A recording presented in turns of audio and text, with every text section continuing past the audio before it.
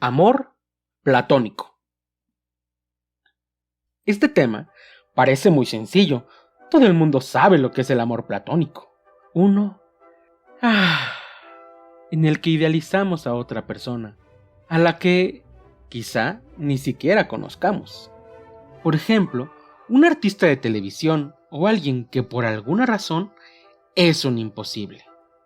Nuestro amor platónico se quedará entonces en la interioridad de nuestros pensamientos, ya que nuestra amada o amado jamás lo sabrá, y puede que ni siquiera nos conozca. Es un amor que se queda pegado en nuestras paredes, el póster de una actriz o actor de telenovela. No, para nada. Esto no es el amor platónico. Platón tenía otro concepto muy diferente de él, en algún sentido, inclusive opuesto. Pero veamos. Si hablamos de Platón, lo primero que tenemos que decir es que a lo largo de su vida cambió de forma de pensar, y de forma general podemos distinguir tres épocas diferenciadas a las que de forma simple llamaremos juventud, madurez y vejez. Diferencias en el estilo, así como su contenido, nos ayudan a ubicar sus diferentes diálogos en estas tres etapas. Y aunque no solamente el amor platónico es principalmente ubicado en la etapa de la madurez, en la que Platón da mucha más importancia a la descripción de los entornos en los que dialogan sus personajes, a la figura literaria, a la belleza poética de sus diálogos. Y bueno, aunque esta es una diferencia, no es la única ni la más importante. Por supuesto, las más importantes son las que se refieren a su contenido. Y es que en esta época, la madurez, Platón ya tiene una postura definida, mientras que el sello de la juventud es la docta ignorancia que aprendió de su maestro. Sócrates, el amor de juventud de Platón, aquí ha sido superado. Y aunque sigue siendo el personaje principal de sus diálogos, ya no expresa las opiniones que verdaderamente tenía Sócrates, sino las del propio Platón. Es decir, en esta época, Platón pone en boca de Sócrates una postura que era suya, platónica, no socrática. El Sócrates, verdaderamente Sócrates, ha quedado atrás, en Apología, en el Critón y otros diálogos. Y aunque aquí el personaje Sócrates efectivamente se reconoce ignorante, ello solo es cuestión de estilo, de que no traiciona a su personaje en un sentido literario, pero ahora sí encontramos una postura definida. El amor platónico y otros temas tienen una definición específica que muy probablemente Sócrates no habría aceptado. Y ahora, entrando ya en materia del amor, hablaremos primeramente del diálogo El Fedro, en donde encontraremos a Sócrates platicando con un amigo suyo, quien, según cuenta, ha estado en casa de Licias y escuchado un discurso maravilloso sobre el amor. Claro, como Sócrates siempre está dispuesto a filosofar, le pide a Fedro que lea el discurso que seguramente tiene por ahí guardado. Y así es, en efecto, lo tiene guardado. Entonces, hagamos a Fedro la misma petición. ¿Puedes mostrarnos el discurso de Licias? Oye, Fedro, pero eso no se entiende. No sé griego. Oh, perdón. Bueno, así está mejor. Bueno, Fedro, no vamos a leer todo, pero enfoquémonos en esto. Pues son muchas las cosas que les conturban, creyendo como creen que todo va en contra suya. Por eso, buscan apartar a los que aman del trato con nosotros, porque temen que los ricos les superen con sus riquezas y con su cultura a los cultos. Es decir, el discurso es sobre los efectos negativos del amor, de los celos. El enamorado, celoso e inseguro de sí mismo, quisiera ser todo tu mundo, que te quedaras sin amigos para no sentir celos de nadie. Y bueno, dice Fedro, ¡guau! ¡Qué discurso! Nadie podría decir más ni mejor que lo que él ha dicho. Y Sócrates responde: discurso admirable, pero ¿nadie podría decir más ni mejor? Yo creo que sí. Hay muchos otros hombres que también saben sobre el tema, y también hay mujeres que han escrito y hablado sobre esto. Y aquí debemos detenernos. ¿Mujeres? ¿En Grecia? Esta serie de videos tiene por título Locura y Realidad. Otra serie, en proyecto todavía, se llamará muy probablemente Las mujeres y el feminismo. Y en uno o dos de sus capítulos me enfocaré en el papel que tuvieron las mujeres en la filosofía griega. Por ahora, basta decir que las mujeres en Grecia no tenían reconocimiento. Platón es un caso ejemplar, no el único, que considera que las mujeres pueden ser filósofas. Y aquí tenemos un ejemplo. Entonces, según Platón, hay mujeres que han hablado sobre ese tema. Y ahora, regresemos a nuestro video. Dice Sócrates: estoy inspirado, y yo mismo podría decir muchas cosas, aunque como yo soy un ignorante, seguramente las he escuchado en alguien más, probablemente de Safo, la bella. Y así como Sócrates pidió a Fedro que leyera su discurso, ¿qué creen? ¡Claro! Así también Fedro le exige a Sócrates que cumpla su promesa. Pero Sócrates, avergonzado, y dice: está bien, hablo, pero me voy a tapar la cabeza para que al verte no me llene de vergüenza y pueda hablar sin que se me traben las palabras. Entonces se tapa la cabeza con una bolsa y comienza su discurso. Que bueno, en realidad es bastante similar al del propio Fedro. Dice Sócrates: existen dos tipos de personas: aquellas que se orientan y conducen siguiendo el imperio del deseo, en los que este deseo conduce al desenfreno. Es decir, son maniáticos que persiguen sus deseos sin ningún tipo de restricción o control. Dicho de otro modo, el que ama es, por así decirlo, una especie de loco, y a menudo se vuelve perjudicial para aquella persona a la cual ama. Y aquí tenemos a Sócrates, nuevamente, hablándonos del amor como detonante de celos, inseguridades y consecuentemente del deseo de controlar a la otra persona.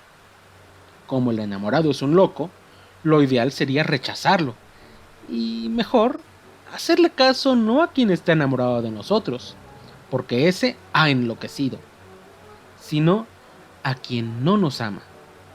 Y permanece entonces en sus cabales, no está loco.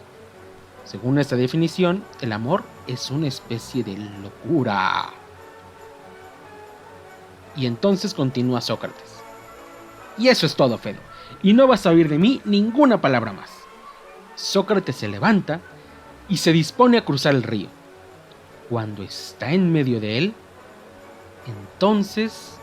entonces pongamos pausa a este diálogo. Hablemos del otro diálogo que también habla sobre el amor: el banquete. ¿Banquete? Ya me dio hambre. Bueno, claro, pero el banquete, en el contexto griego, en realidad más que comida, era una especie de festividad, en la que había vino y alguna otra mujer que amenizaba la reunión con música. Y en el caso de la obra de Platón, claro, también había reflexión filosófica. Por otro lado, el diálogo comienza muchos años después de que ocurrió el banquete. Son dos amigos. Apolodoro es quien le cuenta a Glaucón sobre esta reunión que pasó hace mucho tiempo. Dime, ¿cuándo tuvo lugar la reunión esa? Cuando éramos todavía niños. ¿Por qué no me la cuentas tú? Además, estamos caminando, así en lo que llegamos a nuestro destino, cuéntame, ¿quiénes participaron en esta reunión? Pues bien, fueron los siguientes. Estaba Fedro. Junto a él se sentó Pausanias. Al lado suyo, el cómico Aristófanes. después el médico Erixímaco, seguido por el anfitrión Agatón y por último Sócrates. Y dice Erixímaco: ¿vamos a filosofar? Entonces que se vaya la flautista. Y así, deciden que cada uno dirá un discurso en honor del amor. Y el primero de ellos es el de Fedro, quien dice: el amor es un motor. Nos esforzamos más en presencia del amado. Imaginemos, por ejemplo, que estamos sentados, aunque mal sentados. Además nos duele la nariz, porque tenemos un moco de esos duros hasta adentro. ¡Ay, cómo duele este moco! ¡Horrible! ¡Auch! Y entonces, rápido, ahorita nadie nos ve. Y hurgamos con nuestro dedo en nuestra nariz, buscando sacar ese moco incómodo. Y en ese momento va pasando una persona y nos mira. Pero ¿da igual qué persona es la que nos ve? Si es un desconocido o alguien que nos es indiferente, tal vez no nos importe tanto. Un poco, quizá, pero no demasiado. O quizá, si es alguien a quien estamos en el proceso de conocer, que nos gusta y queremos que se fije en nosotros. Y ahora nos está viendo. No, pero en este momento no. Yo quiero que me veas, pero no ahorita. ¡Ay! Lo que dice Fedro en su participación es que, en presencia de la persona de quien estamos enamorados, nos esforzamos más. Por decirlo de un modo, le mostramos nuestra mejor cara. Nos arreglamos más. Nos peinamos, nos bañamos, nos acicalamos. En fin. En este sentido, el amor es un motor, nos impulsa a hacer cosas, a superar nuestra flojera y siempre sonreír. Después de Fedro, habla Pausanias. En efecto, dice, el amor es un motor, pero puede ser tanto para el bien como para el mal. Y por supuesto, el elogio al amor debe ser un elogio al amor, pero que es el motor bueno. No al amor motor malo. Pero, ¿cómo motor malo? Bueno, imaginemos que la persona que nos gusta quiere robar un banco y nos pide ayuda. Imaginemos que hace algo que nosotros consideramos que está mal, pero, por quedar bien, no nos atrevemos a contradecirla. Podemos modificar cosas en nosotros que consideramos buenas para conseguir su aprobación. Y si extendemos el sentimiento del amor al de relación con los demás en general, ¿qué tan lejos estamos dispuestos a llegar para encajar en un grupo? ¿Hasta el punto de traicionarnos a nosotros mismos? En fin, dice Pausanias que es motor de bien o motor de mal, porque no es uno, sino que son dos dioses que tienen el mismo nombre. No es un Eros, sino dos. Y ambos son hijos de Afrodita. Entonces, ¿Afrodita tuvo gemelos? ¿Y los llamó del mismo modo? No. Ocurre que así como Eros es doble, también Afrodita lo es. También en el caso de ella hay una buena y otra mala. Platón se basa en que los dos autores más importantes en la mitología griega tenían cada uno una versión diferente. En la versión de Hesíodo, Urano, dios del cielo, estaba casado con Gea, la diosa de la tierra, y ya había tenido muchos hijos con ella. Pero como además de ser dios del cielo, era el rey de los dioses, y tenía miedo de que le quitaran su trono, su poder, pues entonces enterraba a sus hijos dentro de la tierra. Y si pensamos que la tierra era la madre, enterrarlos entonces, más que matarlos, era impedirles nacer. Pero al paso del tiempo y de hacerlo una y otra vez, la tierra llena de hijos ya estaba harta de esta situación. Entonces les pide ayuda, pero a todos les da miedo, menos a Cronos, que es el más pequeño, pero también el más valiente de los hijos de Gea. Y él decide ayudar a su madre. y junto con ella urde un plan. Gea seduciría a Urano, y cuando él se rindiera a la seducción abrasadora, ¿a qué? A la calentura. Bueno, pues cuando él se rindiera a la calentura y entonces estuviera distraído, Cronos se acercaría lentamente, en silencio, por detrás de Urano sin que éste lo viera, y sorpresivamente, ¡zas!, lo castraría y arrojaría sus genitales al mar. Así, del semen de su padre, Urano, en contacto con las aguas del mar, habría de nacer Afrodita, cuyo nombre significa nacida de la espuma del mar. Bueno, pues esta Afrodita es llamada por Pausanias Afrodita Urania, mientras que la otra, en la versión de Homero, tiene una historia mucho más corta. Es hija de Zeus y de la ninfa Dione, y Pausanias le da el nombre de Afrodita Pandemia. Y ahora, ¿cuál de las dos es la Afrodita mala, cuyo hijo es el Eros malo, y cuál es la buena? Una de las dos está relacionada con un crimen, mientras que la otra no tiene una historia como aquella. Esto podría hacernos pensar que la Afrodita mala es la que cuenta Hesíodo, la Afrodita Urania, pero no es así. ¿Por qué? ¿Quién fue el padre de Afrodita Urania? Pues Urano, un dios. ¿Y su madre?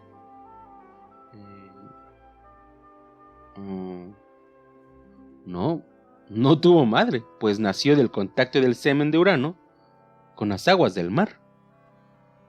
Y Afrodita Pandemia, bueno, su padre es Zeus, un dios. Y ella sí tiene madre, aunque es una simple mortal. Y es debido a ello, precisamente, que la Afrodita Pandemia es la mala, porque tiene una madre mortal. Mientras que Afrodita Urania no. Posteriormente, toca el turno a Aristófanes. Pero este tiene un ataque de hipo y habla Erixímaco en lugar suyo. No profundizaremos mucho en la participación de Erixímaco. Él es médico, y para él, el amor tiene que ver con la salud y, con un cuerpo sano. Mucho más interesante, sin embargo, es la participación de Aristófanes, que nos relata el mito del andrógino, según el cual, originalmente los seres humanos éramos dobles. Es decir, de todo lo que hoy tenemos uno, teníamos dos. Y de lo que tenemos dos, teníamos cuatro. De modo que teníamos 2 narices, 4 ojos, 4 brazos y 2 órganos sexuales. Y claro, éramos el doble de fuertes y de inteligentes. 2 cabezas piensan mejor que una. Por esta razón, éramos soberbios y pretendimos, o bueno, no nosotros, aquellos primeros seres a los que más que humanos deberíamos llamar por su nombre, andróginos. Pero entonces, ¿qué podían hacer los dioses? Debían castigarlos, claro.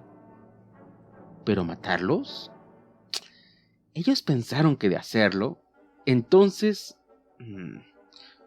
¿quién les daría sacrificios de los que estaban tan necesitados? Optaron por otro castigo, dividirlos. Y a partir de entonces, las personas están en búsqueda de esa otra mitad. Un detalle que no deja de tener su interés es que este mito explica las diferentes orientaciones sexuales. Pues los andróginos, que tenían 2 órganos sexuales, algunos tenían 2 masculinos, otros 2 femeninos, y otros más, 1 de cada uno. De modo que la separación de los diferentes andróginos explican la existencia de los homosexuales, tanto hombres como mujeres, como los heterosexuales. Y también, como un detalle curioso adicional, explica la existencia del ombligo. Los dioses recortaron a los seres humanos y quedaron incompletos. Entonces, hicieron un pequeño nudo para que no se deshicieran, para que no se desarmaran. Y ese pequeño nudo es, claro, el ombligo. Y ahora, al margen de algunos detalles que son cómicos, como este, y otros más. Y a propósito del personaje que relata el mito, el cómico Aristófanes, ¿qué importancia tiene? Detrás de este mito podemos encontrar una de las definiciones del hombre que da Platón. El hombre es el símbolo del hombre. Pero eso, ¿qué significado tiene? El hombre es parte de una sociedad. Individual está incompleto. Se complementa con el otro. Y claro, esto excede mucho una definición simple del amor y aborda incluso la social. Somos seres necesitados del contacto humano. Después de Aristófanes, llega la intervención de Agatón, el anfitrión que, siguiendo el modelo de las anteriores participaciones, hace un elogio del amor. Y así, habla de la belleza del amor y de su valentía, pues inspirados en él a menudo somos más valientes y superamos adversidades. Y así, llega por último la participación de Sócrates, que como podemos imaginar es muy diferente de las anteriores. Y él, primero, manifiesta una actitud de duda.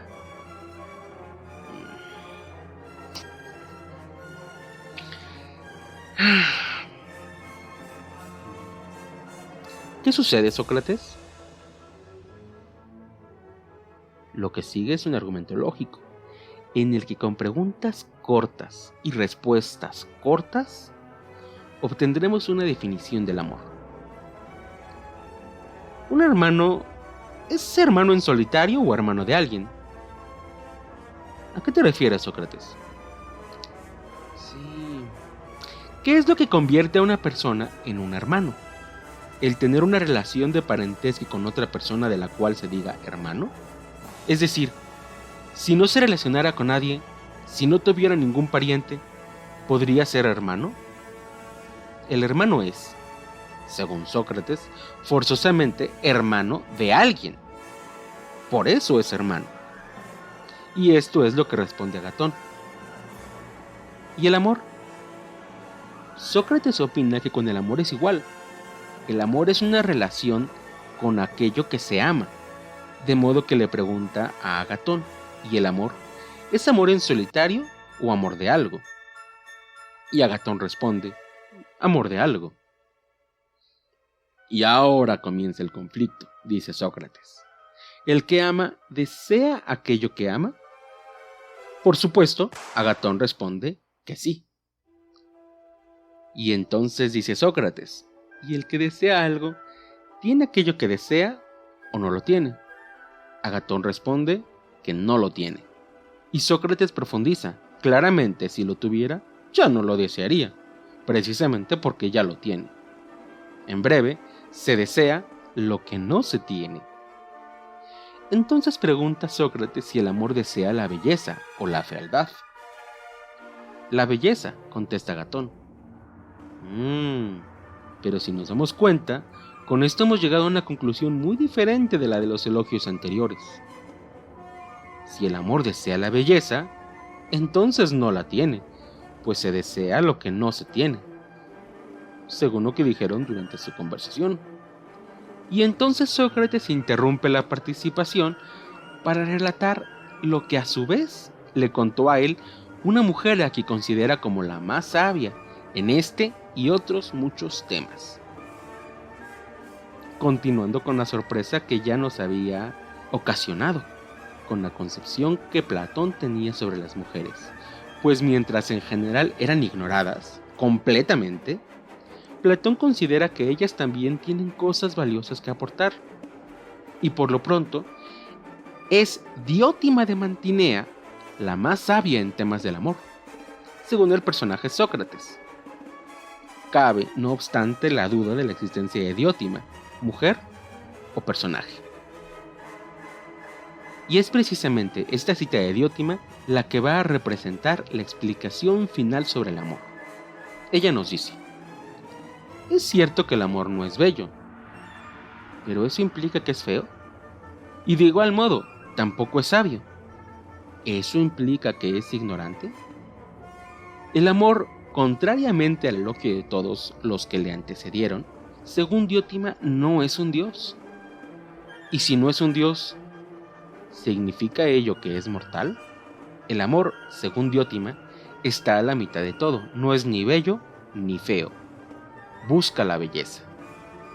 Tampoco es sabio ni ignorante, sino un amante de la sabiduría, es decir, un filósofo. Y si no es ni dios ni mortal, ¿qué es entonces? Eros es un demonio. ¿Un demonio? Sí, aunque para Sócrates, que es un personaje de Platón, los demonios no eran aquellos seres de color rojo con cuernos y cola, sino entidades divinas que le aconsejaban. Es un poco más parecido a Pepe Grillo. ¿Cómo? ¿A ese grillo que le aconsejaba a Pinocho sobre lo que está bien y lo que no? ¿Sobre lo que debe hacer? ¿Sí? ¿A él? Oh.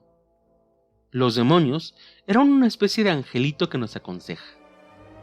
Busca la procreación de la belleza, tanto según el cuerpo como según el alma, y en esta última de la inmortalidad. Y a ver entonces, ¿no correspondido?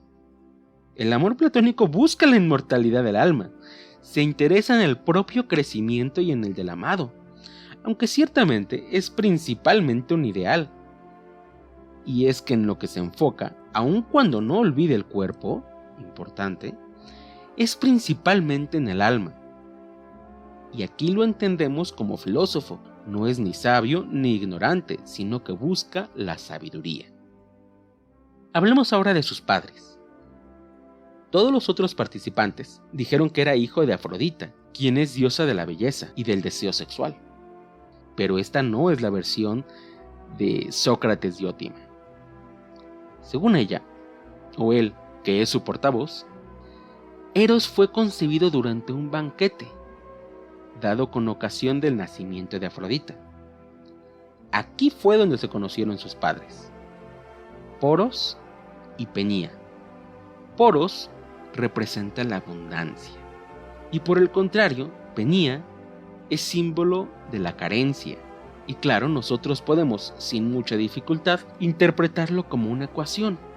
El amor surge cuando se siente simultáneamente la necesidad de algo, es decir, carencia, y también cuando se tiene algo que compartir, abundancia.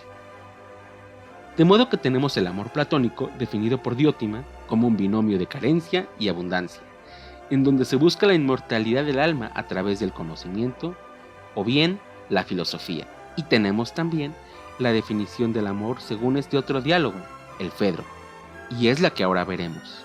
Cuando aquí hemos puesto pausa, habíamos llegado a la conclusión de que el amor es una especie de locura que se manifiesta, por ejemplo, con los celos y el deseo de poseer y controlar a la otra persona, razón por la cual estos discursos más que halagos representaban una mala opinión respecto del amor. Pero entonces Sócrates, iluminado por un demonio, y ya sabemos lo que es un demonio, dice, pero la locura es mala. ¿Y qué hay de las pitonisas? ¿Qué hay con ellas? Las pitonisas están locas cuando presentan sus oráculos. De hecho, su actividad, la adivinación, mancia en griego, es un modo de locura, y debido a ello es la similitud de las palabras mancia, adivinación, y mantía, locura. ¿Y los poetas no están ellos locos también? Tenemos que considerar que la inspiración artística era considerada como la comunicación con la divinidad. Los poetas estaban fuera de sí, como poseídos, locos. Y la filosofía es igualmente otra especie de locura. El amor es locura, pero eso no es un criterio de reprobación, aunque claro, debemos pensar en qué tipo de locura. Y aquí presenta Sócrates una alegoría del alma, una auriga que intenta controlar dos caballos, uno negro y otro blanco, en donde el blanco representa los sentimientos puros, mientras que el negro alegoriza la pasión, el impulso, el deseo arrebatador, de modo que es a él a quien debemos el movimiento de nuestra alma, pues el caballo blanco es más prudente. Y la palabra griega para hablar del alma es ánima, de donde viene animal. Esto implica movimiento, de modo que las dos partes del alma, tanto la racional como la pasional, son importantes en el amor. Sin la una, no hay dirección.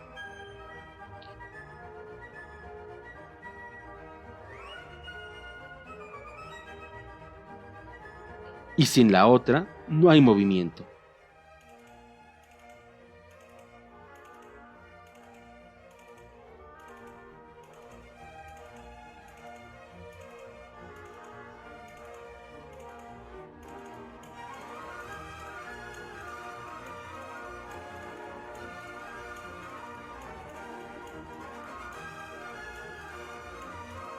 Al final, si recuerdan lo que hemos dicho previamente, el amor busca la inmortalidad, lo que significa convertir al alma humana en divina, regresarle a unas alas que había perdido en el transcurso de su existencia.